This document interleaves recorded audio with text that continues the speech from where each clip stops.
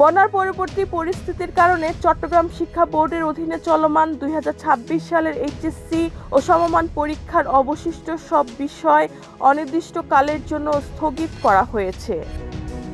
১৬ জুলাই বাংলাদেশ অন্তঃশিক্ষা বোর্ডের সমন্বয় কমিটির সভাপতি প্রফেসর সৈয়দ আখতারুজ্জামানের সই করা এক বিজ্ঞপ্তিতে এই সিদ্ধান্ত জানানো হয়। বিজ্ঞপ্তিতে বলা হয়েছে, বন্যা কবলিত এলাকার সার্বিক পরিস্থিতি, পরীক্ষার্থীদের শারীরিক ও মানসিক অবস্থা, সংশ্লিষ্টদের মতামত এবং ক্ষতিগ্রস্ত সড়ক যোগাযোগের কারণে পরীক্ষা কেন্দ্রে যাতায়াতের সমস্যার বিষয়টি বিবেচনা নিয়েই এই সিদ্ধান্ত নেওয়া হয়েছে। এই সিদ্ধান্তের আওতায় চট্টগ্রাম শিক্ষা বোর্ডের পাশাপাশি চট্টগ্রাম অঞ্চলের অধীনে আলিম, এইচএসসি বিএমটি, এইচএসসি ভোকেশনাল এবং ডিপ্লোমা ইন কমার্স পরীক্ষার অবশিষ্ট বিষয়গুলোর পরীক্ষাও স্থগিত করা হয়েছে। চট্টগ্রাম শিক্ষা বোর্ড জানিয়েছে, স্থগিত হওয়া পরীক্ষাগুলোর নতুন সময়সূচি পরে পৃথক বিজ্ঞপ্তির মাধ্যমে জানানো হবে।